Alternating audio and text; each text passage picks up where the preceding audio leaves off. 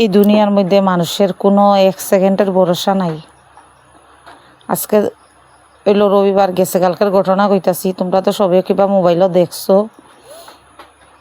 কমলপুরের ছেলেটা যে সাইকে আইসল জন্নার এখানে আইয়া, তো বন্ধু এরার লগে এরা 8 জন আইসলো। আইয়া তারা তো ভাবছে না আনন্দ করব, স্নান টান করবো, ফুর্তি করব। গিয়া তো তলায় গেছে গিয়া জলের নিচে। তারপরে তো আর হেরা কইতাছে কেন উঠে না। এখন তো মানুষ চিল্লি আরম্ভ হয়েছে, মানুষ টানুষ হয়েছে। এরপরে তো ফায়ার সার্ভিস ডাকছে, তারা মানুষ সবাইয়া। তারপরে তারা তো অনেকক্ষণ খুঁজতে তারা বার কইরা দেখে তো হে মৃত।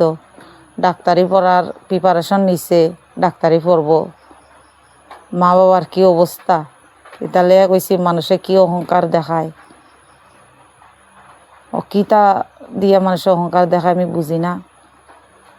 কারণ আজকে আছি কালকে নাই, এটাও কইতে পারতাম না, কারণ 1 সেকেন্ডের কোনো বিশ্বাস নাই মানুষের। অক্ষণ কথা কইতাছি আমি, একটু পরে নাও থাকতে পারি, মানুষের কোনো বিশ্বাস নাই।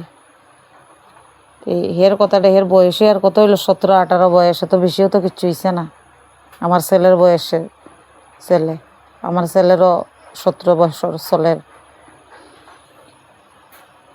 এই কইতায় যে মানে মানুষে খুব দেখায়। এই যে শ্বশুর বাড়ি আইছি, মা বাবা চাইরা তারাও কত দেখায়, তারার ছেলের কামাই খাইলাই কত খারাপ ব্যবহার করে। কিন্তু আমরা সব কিছু চাইরা আই, মা বাবা সব কিছু ছাড়িয়া আইয়া তারার বাড়িতে থাকি, তারার কাম কাজ করি, সন্তান জন্ম দেই, তারার বাবা ডাক শোনাই, ঠাম্মা ডাক শোনাই, দাদু ডাক শোনাই। এরপরে আমরা একটুকু মূল্য নাই। তে এটাই কথা বন্ধুরা। আমার বাড়ি ত্রিপুরা কৈলাস শহরে, আমি রাখি দেব। আমার একটা ছোট্ট মিনি ব্লগে তোমরা সবাইকে স্বাগতম। যদি ভালো লাগে ভিডিওটা লাইক কমেন্ট কইরা দিও। যারা ফেসবুক থেকে দেখতেছো আর যারা ইউটিউব থেকে দেখতেছো তারা চ্যানেলটাতে সাবস্ক্রাইব কইরা দিও। ঠিক আছে বন্ধুরা, ভালো থাকবে। দেখা হইব তোমরার সাথে নেক্সট ভিডিওতে।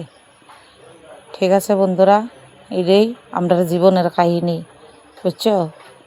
মানে সারাক্ষণ তুমি যদি কাজকর্ম করো, এরপরেও কোনো মূল্য নাই যে সারাদিন কোনো বইয়া থাকিনি, একটার পর একটা